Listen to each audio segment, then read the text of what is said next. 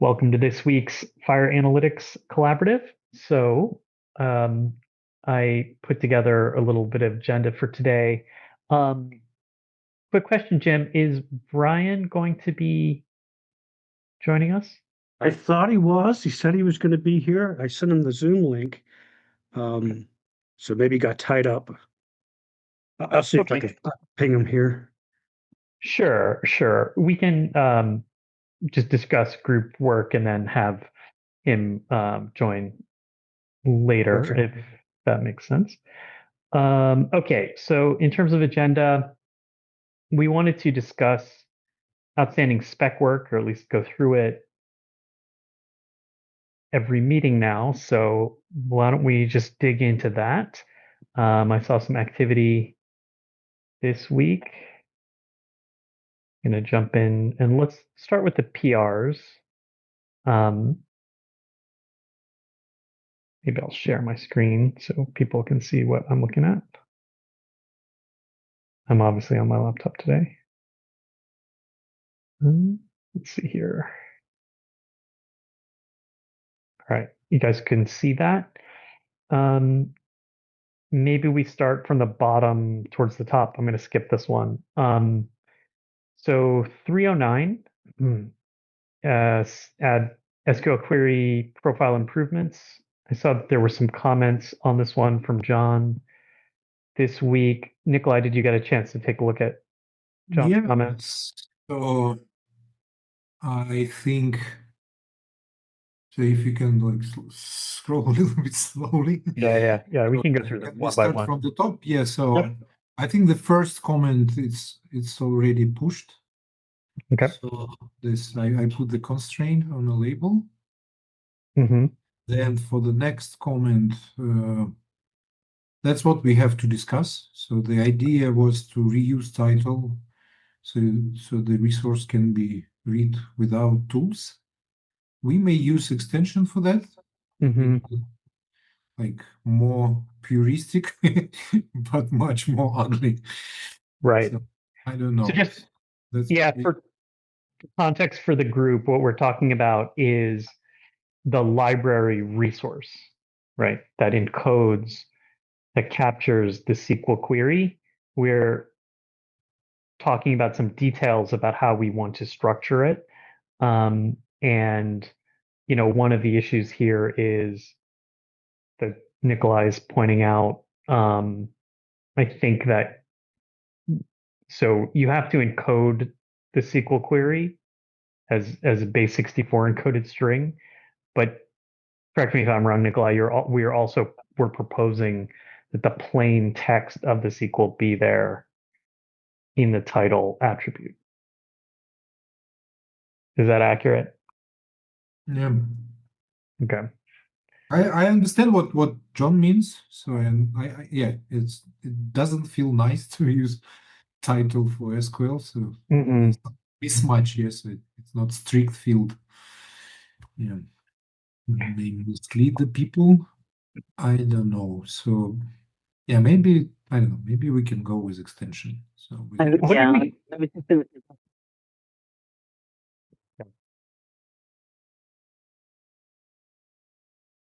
Yeah, I agree with the extension. If you can hear me, I don't know if I'm breaking up or not, but I would go with an extension over using the title for that resource. Yeah, it's a little semantically inapt. And I was just wondering do you remember, Nikolai, what we used, what was in the original proposal, if anything? Yeah, the original proposal was just base 64. Oh, was it? Oh, Yeah. gotcha. So there's no human readable part. Right. Okay, now I remember. Title is essentially Huck. I agree, Yeah. and maybe extension. Yeah, so we can create a specialized extension for that. Yeah. Okay. So let's say decision extension. Maybe I don't know. Maybe other guys have opinion. I don't, John. Yeah. Is extension better than title? I think it is better just because there's no risk of sort of unintended consequences, because if you don't understand the extension, you just drop it. And yes, it is kind of ugly, but I think it's maybe a slightly better fit semantically. And Yeah, it's like an I- optional thing, right? Otherwise, it looks like ad hoc, something very, very strange. Okay. It's also not source of truth, you know, and you Yeah. get into like this source of truth issue that Mhm. you were referring to previously. So I think extension is a good fit here, but I don't want to decide for the group, obviously.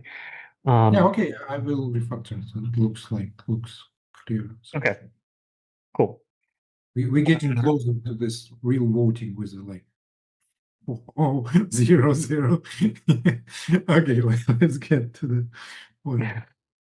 Yeah, another question is about dialect. Yeah, I think I agree with that as well. So because sometimes like parsing linear types is not the best solution, but from other side, the FHIR is using a lot that, yes, in like extra properties in meme types, even like application JSON and the FHIR version. So here, I'm just looking. what the use case, John, do you see? Why not to use this official feature of meme type? Well, I guess so we've got a code system and a value set for this. The first use type is the first use case is if I have it in an extension, I can actually validate that it's like within the binding and all the rest of it. So I know that this is valid. Whereas if it's in a dialect thing, it's going to be difficult for a validator to actually figure out whether this is some sort of known thing. And yeah, the other one is, yeah,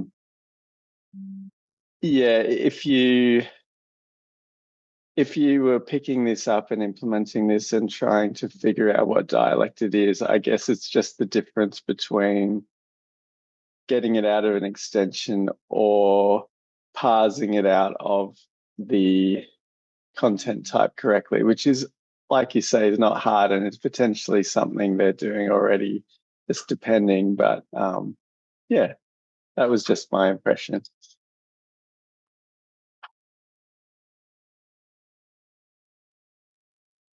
Mm-hmm. What do you think? Yeah.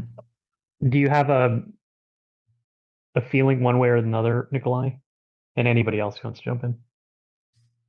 Yeah, so my opinion that it's a meme type, yes, it's quite common for that. But not exactly. That's the thing. So because it is, but it's the extended like It's open version, and then we actually have a code system in place on it. And so it's not, I wouldn't call it a MIME type exactly, right? okay, yeah, I can give it like different argument, yeah. So if my engine only support, let's say, ANSI SQL, Mhm. I will match exactly. If I'm only supporting Postgres, I will match exactly. So probably even it looks like grammar. It is like atoms for most of implementations.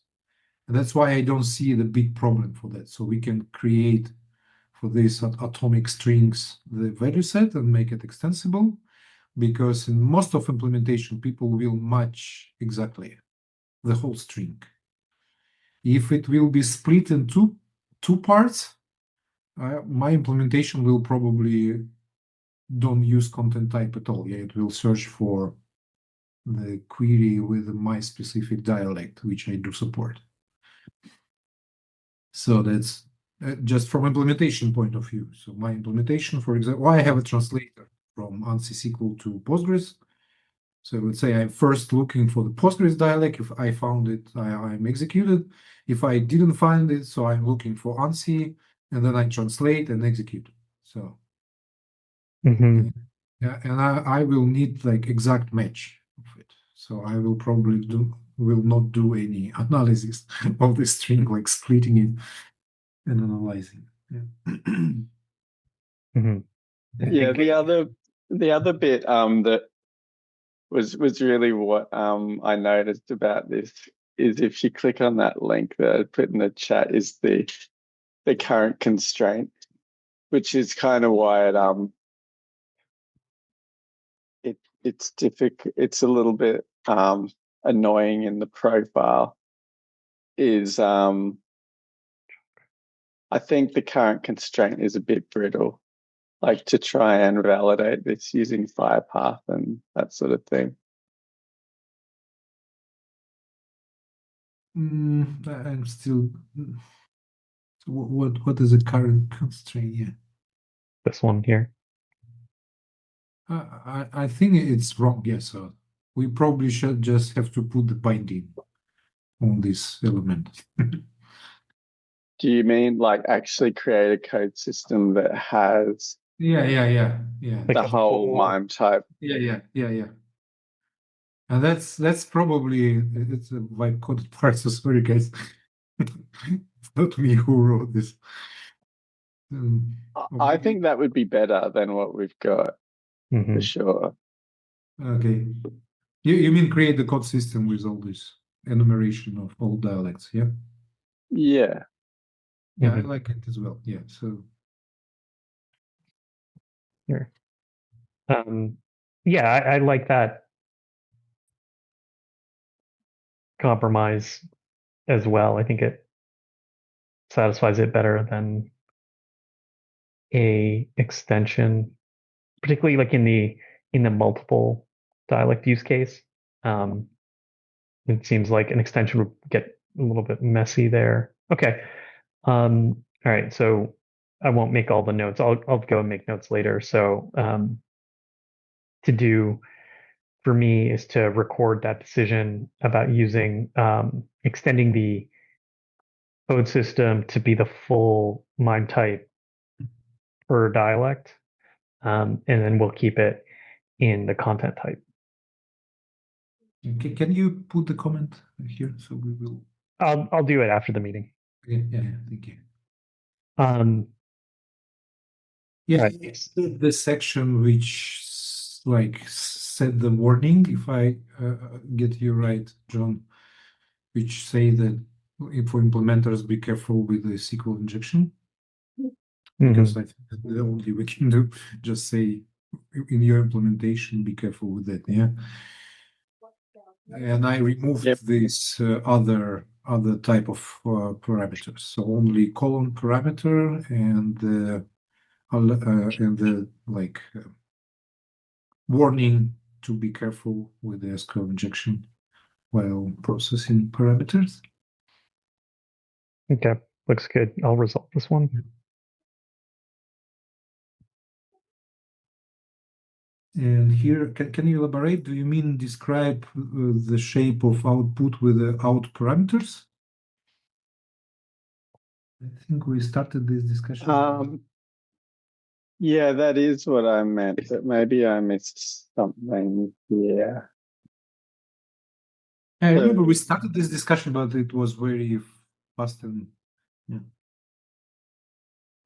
that I agree that we can use out parameters to describe the output schema. It's optional, but yeah. Yeah, so I guess what I mean with this is, so I've got this definition of a query, and I can run it, and I can sort of see what it would do. But if I actually want to know, like in hard terms, what that schema and what the columns and what the data types are going to be, so that I can build another sort of downstream query on top of it, or maybe I want to house its results in the table, that sort of thing. I was just wondering how I do that. Like, is there kind of an optional way to sort of declare the expected schema there, or like, can you derive it somehow, and this is kind of related to the types table as well. I think that is maybe the next question.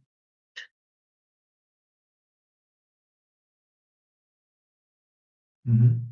I think from Yeah. our previous discussion, I don't remember being anybody against the concept, but we were trying to, I think, search for a way um, to specify that information, right? And I think that's where we left off last time. And how how much do we encode that into the spec? I think we are all. I don't think we were clear on an approach. I mean, it was going to be optional, I think, anyway, so it's somewhat low risk, but at least that's where my memory ends on this one. Yeah, it could be tricky to actually do it in a comprehensive way, unless we actually just lean on like SQL itself somehow, like DTO or whatever. Yeah. Kind of hard to say. At least with my knowledge of SQL,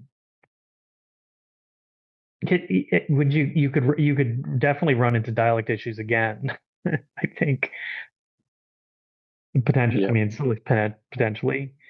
So I would see this as like it would be much safer to consider this implementation specific, like optional plus implementation specific. I don't think there's anything stopping us from allowing it, in my view, but going further than that, it feels difficult to me. Somebody might have a different opinion.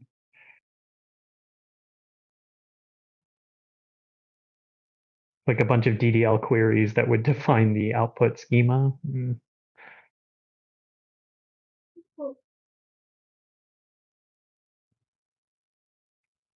So for this one, I'm proposing. Do we even have out? Hold on. Do we have what's the parameter name that we would use here? Is there an out? Well, we don't have an operation yet, do we? I think we're still working on an operation. Yeah. Operation is very draft now. Okay. Maybe Yeah, we It might just be something. I can add like optional description that you may use out parameters to describe the outgoing shape. Well, it is completely optional. Yeah, I'm really unsure about this one. I'm gonna have a bit of a go at implementing this over the next few months. I feel like I'll have a better handle around some of this sort of thing. But maybe it's just something to think about for now. But yeah, I very much think it would be optional, and I think that how it looks is still,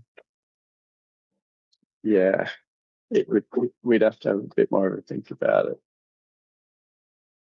Okay. But I guess so what I have in my mind, I guess, just for some context, is knitting the whole thing together, right? So I have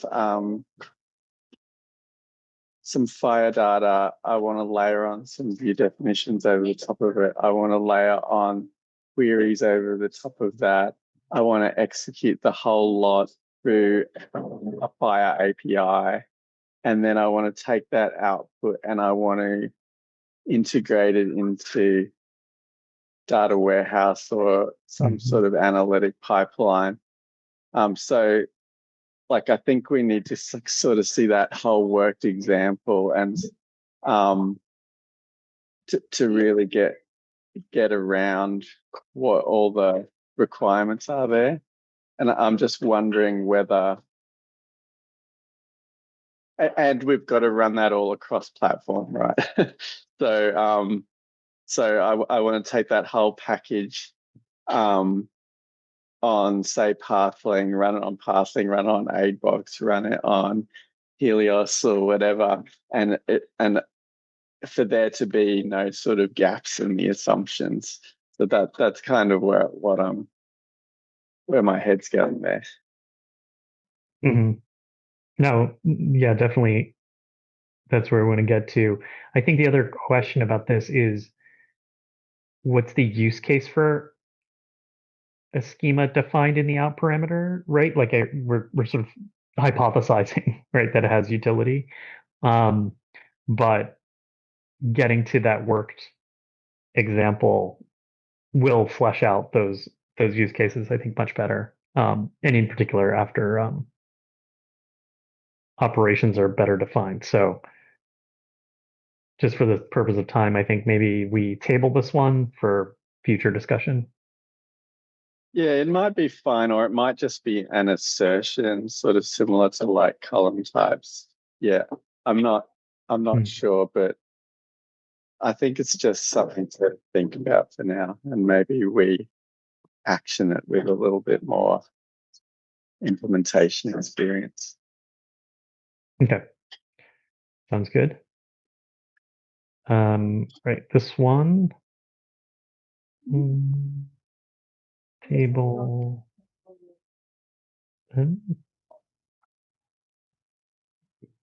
Yeah, so table. Good question.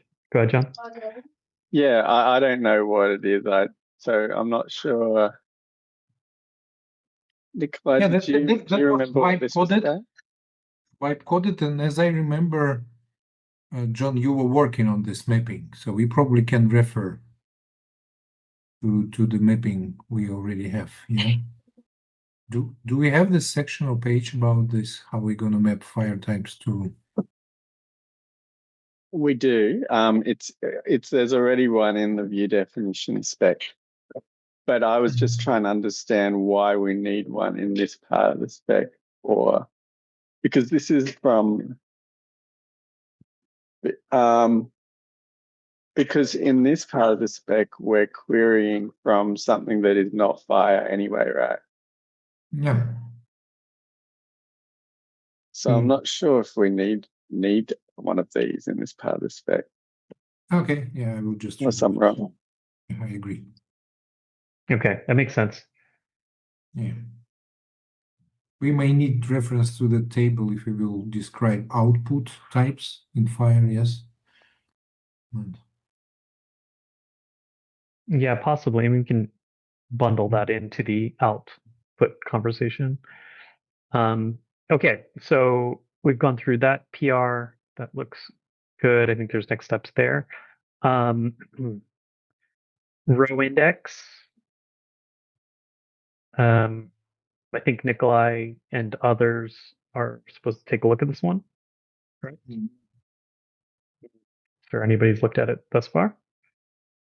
I can also, I know I was late. I didn't post notes this week.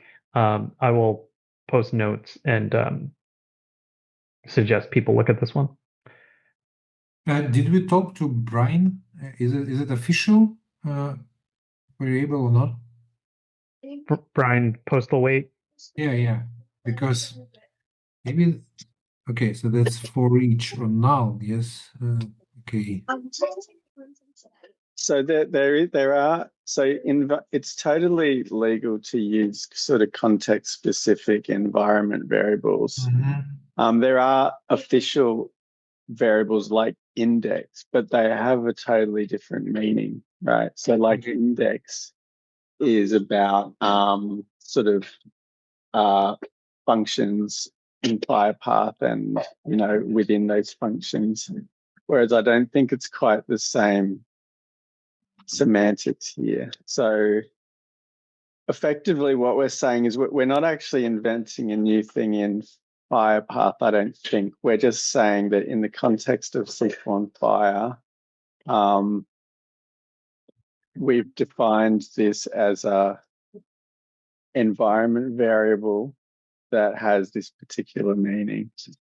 But yeah, if there's another way to do it, I'm totally listen to that. This is just what I came up with. That's interesting. So yeah, index.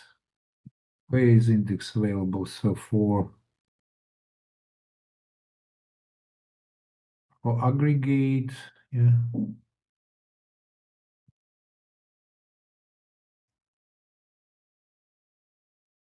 Because in our case, we kind of splitting in two parts. Yeah. So we have like a first expression, which then we iterate through this first expression, and we need the index. Yeah. If everything were living inside FHIR, we will have some kind of function for each, which will have like dollar index inside. Yeah. Exactly. That's maybe we should consider dollar index. Maybe not. I don't know. So John, what is I mean, can you explain the difference? Like, why wouldn't we use something like dollar index? What's the semantic difference? So the difference is that we have a view definition. So for example, the one you've got on the screen there. Mm-hmm. And we want to actually combine multiple FHIR path expressions in a larger structure to traverse a data structure, I guess. The difference with index is within FHIR path, if you have a collection within a particular element, you can iterate over that and you can refer to an index within that collection. But that's not actually how we do SQL and FHIR. In SQL and FHIR, we're kind of getting that collection and then we're using it inside sort of a larger block like for each or whatever. So index doesn't have any, dollar index wouldn't have any meaning if we just put it in, say, path there, because there's no, it's not enclosed in anything from a FHIR path point of view. Mm-hmm. Okay, I think I see. It doesn't exist on a root level. Yeah, I agree. And probably like implementing variable will be much easier for the people who are using FHIR path implementations, because most of implementation allow you to inject variables, but it doesn't allow you to inject dollar variables because they're very special. So maybe percent row index, or maybe just percent index. I don't know. Are we clashing? We're not clashing if we call it row index. If we call it index, I think we are clashing.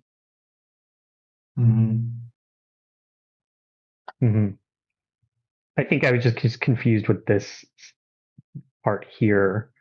But I think it's clear.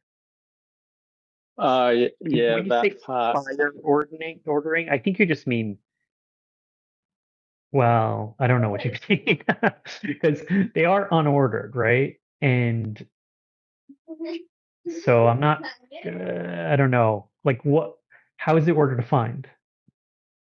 Well, so Nikolai might be able to comment on this as well, but I think technically, and I think this is true for pathing actually, is I can explode FHIR data out into rows as much as I like. Technically, I don't have any guarantee that will come back in the order that it was originally in the FHIR resource, particularly if I'm sort of parallelizing out that work of generating the query and all the rest of it. Technically, the SQL result set is not an ordered thing. If you want it to be ordered, you have to explicitly say what order you want it in. And to say what order you want it in, you need to order it on something. And we actually don't have anything to order it on. And the other thing is, like, if you're kind of doing what we do and exploding all this nested data out into lots of different columns, and and then you want to do some sort of sane query on that on the other end, you kind of, it's desirable or maybe necessary to have indexes at each of those points where you're exploding out so that you can actually but perhaps you might need to go back and sort of self-join and aggregate those things up again, you know, like maybe these are all the things related to a particular group of data, and I want to, you know, get, like, say, a count or an average on just that particular group. You need some sort of index at every point where it goes multi-cardinality, I think, potentially in the downstream queries. I think that's the use case. And actually, we've got somebody who had a real use case for this. So we could chase up Axel, actually, to I think I put some examples best I could in here. But yeah, let me know if we need to articulate that a bit better. But I agree, we need something like index, because that information, which other way will be lost. So, and if you need, and there's sometimes some semantic in these collections. I saw profiles where say that, I don't know, this specific place and name in a given has a meaning. Yeah, so and sometimes you want to preserve this order, and that's the only way you can do that. Yeah, I think there's a use case for order for row index. My question, I think, needs to be clarified is what is the semantics of that index, right? Because it's kind of unclear how it's going from an unordered set to an ordered set. So that would be my ask there. Okay, anything further on this one?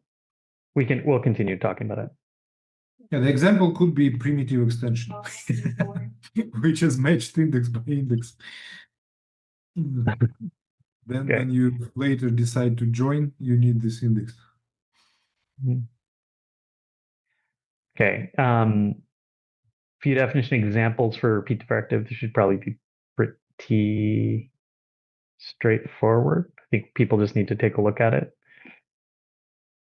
All right, we'll just briefly go over that one, and then this is in draft, so I don't know if you want to comment on it at all, John. Yes. So this relates to our kind of long-running dog fooding task. So I went on a bit of a we used to have this rendering where, you know, a view definition got a special rendering in the IG. Like, instead of just being raw JSON, you could actually see this tree structure of the view definition, which was nice. And then at some point that stopped working because insert some obscure reason about view definitions, logical models, and other resource types here. And so I kind of went on a mission to try and figure out why that was. And I actually, I fixed that through like a combination of configuring our IG and making a pull request to the IG publisher, which hasn't been merged yet. But this pull request, which has now gone away, and I just need to click. Sorry. I had to look at my notes for a second there. Yeah, okay, I remember. So we in some of our examples, we have like an example of what the output would be in the example, which is useful. And the idea for this would be that, wouldn't it be cool if that wasn't just a static markdown table in the notes, but it was actually running over just a small number of example resources and actually running through the IG publisher's SQL and FHIR implementation to actually create that example, because not only would that be kind of making sure the IG publisher's implementation kind of stays up to date with everything, but it would be also solving the problem that the examples and the results get out of date and all that sort of stuff. So I tried to do that, but unfortunately,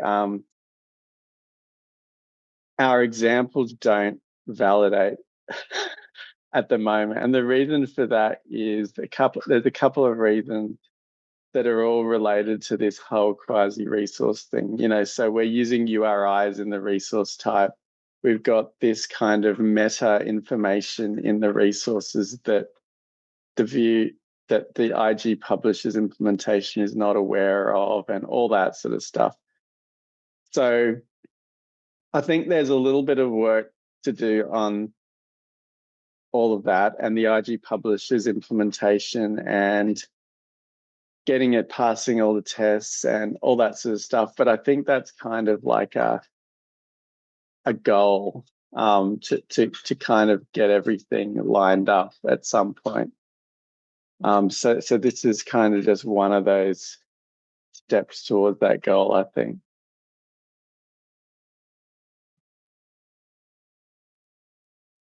Okay. That makes sense. Well, it made sense to me since I've been following along with the saga, basically. What are the next steps here, John? So I think we've got to figure out, what. I think that there's basically some missing.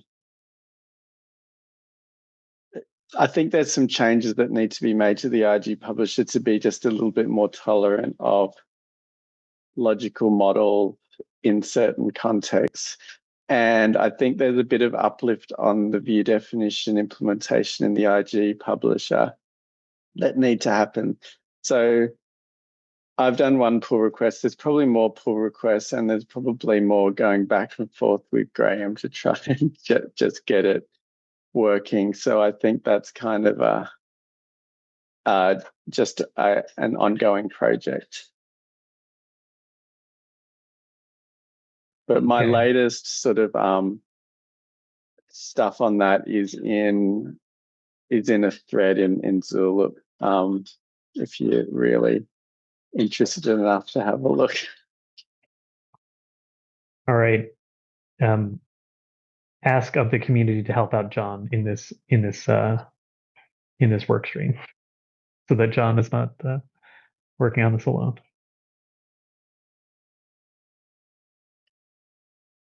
All right. So that's the PRs. I know we're at 41 minutes already, so I don't want to go through everything. But I think next week, what we can do is maybe go through the issues, which we have 11 of. Some are old, but there's a couple of issues outstanding, unless anybody wants to talk about one of the issues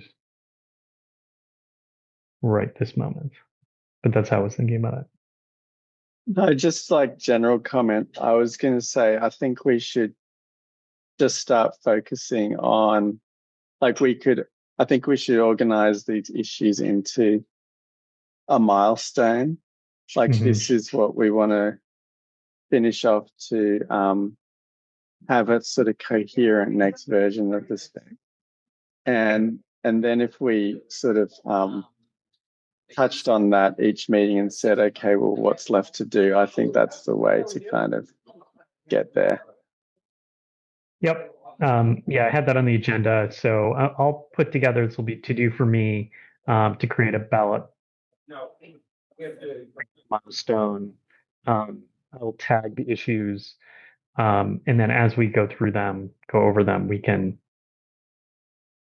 categorize them into that milestone as we see fit, and then specifically work on them in those calls. Like we can have little working sessions like we did today, if that works for everybody. Okay. That was my plan. All right. So spec work, I think we've covered that pretty well. We don't have Brian on the call, or do we? No? Don't think so. Okay, so Jim, let's see if we can get Brian next week. Yep, I can do that. Great. Awesome. Yeah, so I think we'll just continue to have little working sessions across for the spec work. We'll talk about issues next week. I'll do some organization. Couple of other updates. One thing I did notice, Nikolai, I don't know if you can take this back, or I'll ping Daniil on this.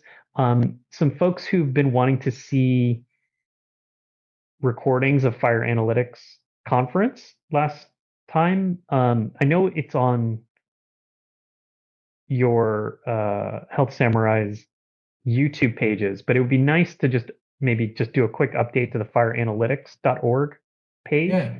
so that it like highlights the recordings maybe at the top.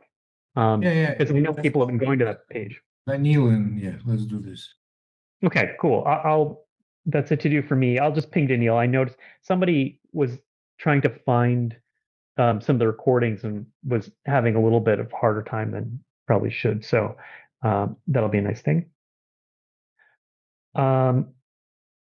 In event news, the May Connectathon track proposals are open and up for the deadline is in 10 days. So folks who will be there, I think Nikolai, you proposed you're going to be track lead, right? You proposed you're going to do the track lead stuff for Rotterdam. Yeah, I could be. Yeah. Okay.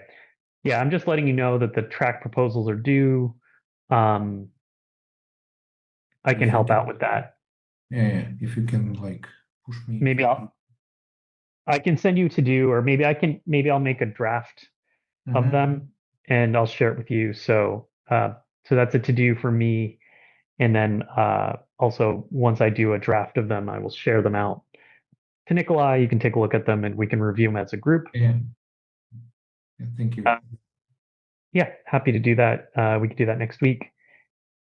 And so that's everything I had on my agenda. Anything else that people want to chat about?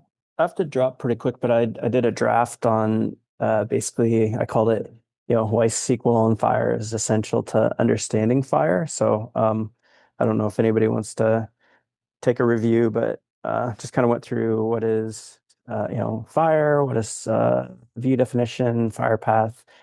And then from Graham's talk actually on the SQL on FHIR conference to talk about how SQL on FHIR is embedded in every IG. So yeah, I don't know. It might be a nice primer for newer people to the space. So, but for me, it was actually really helpful for me to just kind of clarify my thinking on what SQL on FHIR is and some of the things we've been talking about.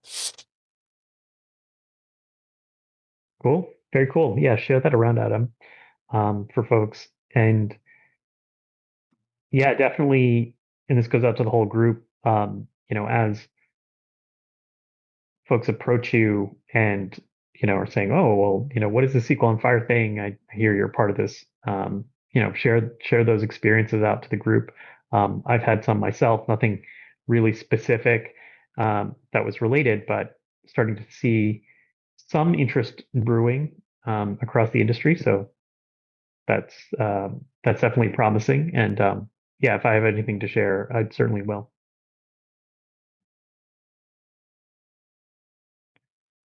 All right. So open session. Anything else from the group? Have you switched from Cloud Code to Codex? Sorry. Should we chat about AI for a little bit? This is the AI fun. Yeah, why not? I've tried to switch. I've tried it a couple times, like maybe the most recent, maybe a couple of months ago, and I've never been very impressed. Like I've gotten anecdotally worse results with it, but that's just my experience. Good. That's Open API's model, Nikolai. Yeah. Okay.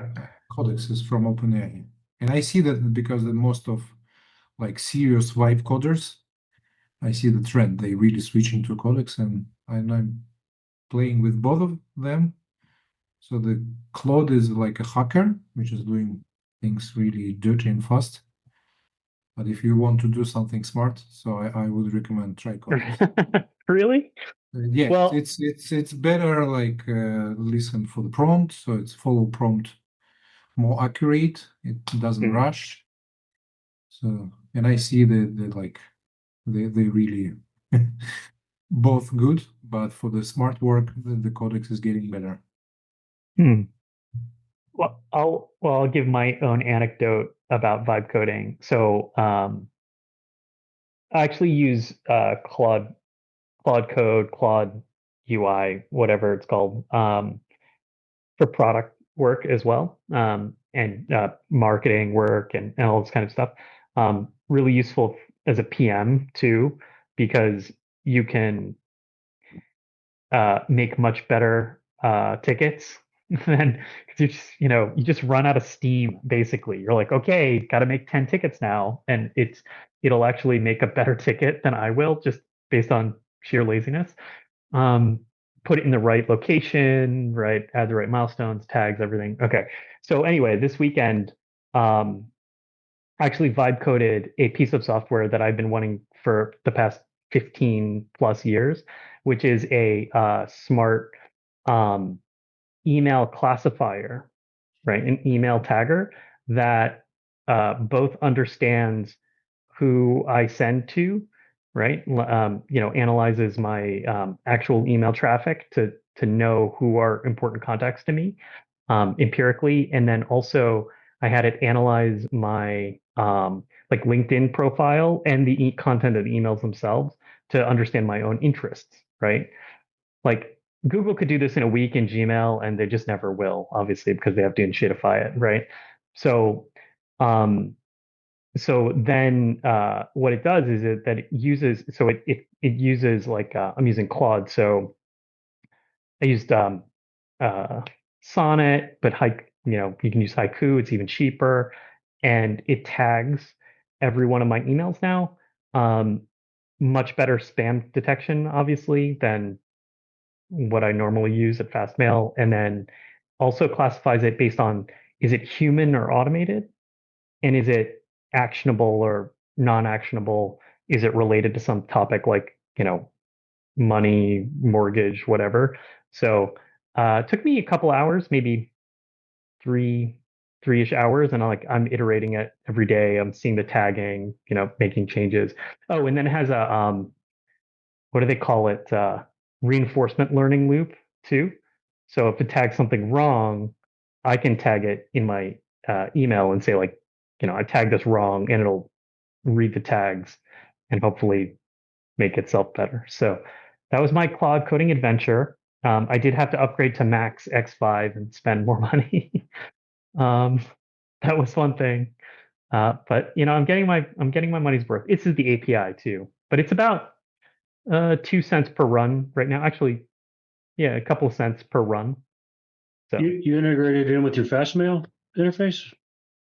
yeah, so I did have to switch, but yeah, it's integrated with. So I think it might work with most IMAP servers, but I use Fastmails, which has tags. So I had to switch from folders to tags, which is a bit annoying, but yeah, What do you, that's what I do you did. put hooks in to like call out to something whenever you receive an email or something? I've been running it manually just because I got it. Okay. iterating on it, but yeah, it would be easy to like Dockerize it, throw it up like to Fargate or something, and say like just do this, every hour or something like that. So that was I've been wanting this for many, many years. So I'm feeling very good about it. But it's impressive. Nikolai's been telling us, John, I've done some vibe coding on, some products we're working on, but never kind of like I have an idea from scratch, iterate. Like I haven't even read the code, to be honest, right? Like I've seen the like deltas, but I haven't like actually sit that down. I mean, it's only Tuesday, but I haven't had a chance to like sit down and like actually read the code. Um, but I have enough feeling for what's going on. Obviously, I've written enough code in the past to like know what to iterate on, how I want some structure to be, some of the architectural factors. But yeah, it's pretty cool. So I'm a satisfied vibe coder now.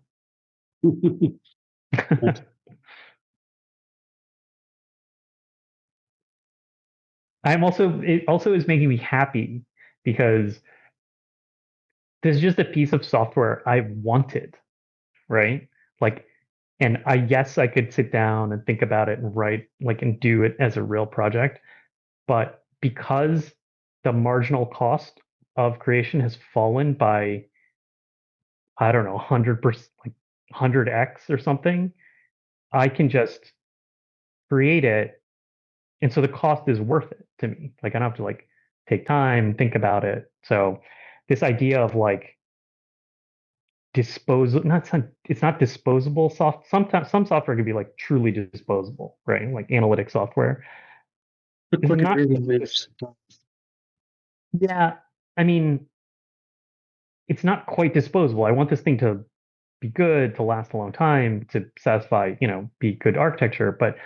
So, but it was, I don't know, like changing my thinking as well. And we are obviously thinking about it as consultants, right? The consultancy business of for Monster. I know Nikolai's thinking about this and posting on LinkedIn about it, but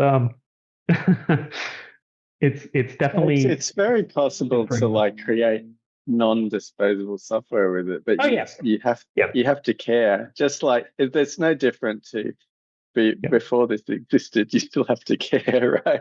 Yeah. But I've been building heaps and heaps of software with this, and less and less trivial, bigger and bigger projects. Mhm. And you just need more and more structure and more process. But it's just that it's not dissimilar from traditional software development in that respect, because but yeah, the more complex the project is, the more structure and guardrails you need. But it's not that hard to do actually, and I'm finding it works really well, and it's just learning a new way of doing things and scaling that up. Mm. Yeah, it felt really natural. Like the iteration felt really natural. Obviously this was scoped in a certain way where you could kind of iterate fast. But yeah, because I've had some like I think I told you about doing some work uh, our product a couple of months, like 4 or 5 months ago, and it absolutely overbuilt it, right? First pass. And I wasn't able to really evaluate it properly. And I shared it with some people at Vermonster, and they were like, not good, right? And I went back. And so, if you have this power, really the question I'm trying to think about is, um, where do we, add value as consultants, as, architects? Like there's, one cost of input has like shrunk massively. Um, but it I think it'll overvalue the other parts, right? Because you could just make slop, right? It could just be code slop. If you just throw this out there, I think Jay, if you know him, it's one of the founders of Monster, was like, it reminds him of the outsourcing craze a little bit, I right? was going to mention that. Yeah, yeah. That's what it. Yeah, anything that's easily specified is not a good business to be in. You want to move more towards the more the harder, more nebulous stuff. Yeah, yeah, and understanding the context better, technical context and business context. They also like architectural choices, right? Like Claude is not going to make a good choice for you just because. Like it'll probably take they're kind of like conventional wisdom machines, right? And so things that are novel, things that, I mean, you could maybe write a prompt or something that like tries to incorporate all of those trade-offs. And maybe that's what's going to happen. But I still think that like there are many solutions, as we know, right? There are many architectural choices you may want to take that are equally valid in some universe, right? Like, or so can you incorporate all those ideas to choose the most optimal one for your situation, for your context? So that's how I'm starting to think about it a little bit. Yeah, I sort of think that a lot of people are like, oh, you know, it's just making us all lazy thinkers or whatever. But I actually think it's the opposite.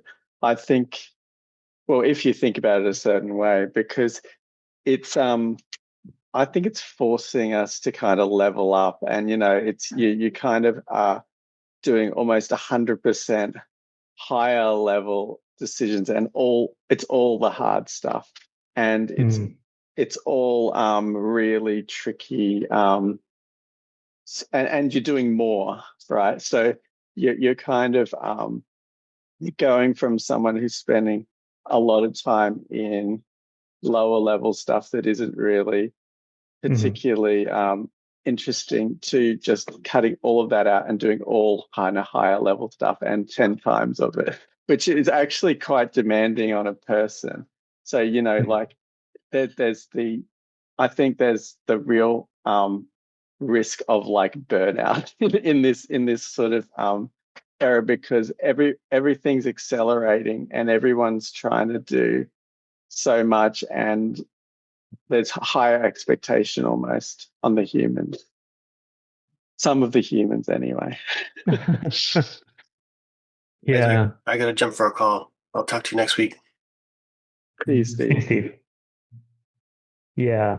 I think the value of like architects, PMs, right? People are focused on the use case, the business case, you know, have that architectural nous are going to be really valuable. I think it's changing the people who are doing that work as well. You know, so it's shifting around what type of people are in different roles, and yeah, it's interesting. It's interesting. I'm enjoying it. I have Yeah. 30 projects started and not finished, and I could not stop starting one more. Oh, that's another risk. But yeah, we're trying to figure out. I'm at least thinking like, you know, how. Yeah, you can you just think, and that's becoming possible. That's possible, yes, and that's becoming possible. I don't need the team. Yeah. Yeah, it opens up that space. Exactly. I mean, the one thing is that FHIR is too complicated or so complicated. It's actually not a great potentially fit for AI. Although I don't know, you ask Claude questions about FHIR, and it's like it's pretty accurate. Maybe not perfect, but getting much better. So I'm working on skills, and we will publish it. So Josh yeah. already used some of my ideas for his paper generation. So and I know that Gina and Josh we indexed Zulib. So and like created the search API fast. So I did like extra indexing. So I summarized the discussions, like extract some keywords and extra stuff to make it more searchable, because this fucking or doesn't work. But the good search, like good keyword search, is still working, like BM25. So, and with that stuff in hand, for example, I just created the skill. It can answer quite tricky questions with by referring the discussions in Zulip. You made like an MCP API or you made an index. Yeah, now everybody is switching more to the tools and scripts instead of MCPs because MCP is too expensive for memory and it's not dynamic. So essentially just a set of scripts to search.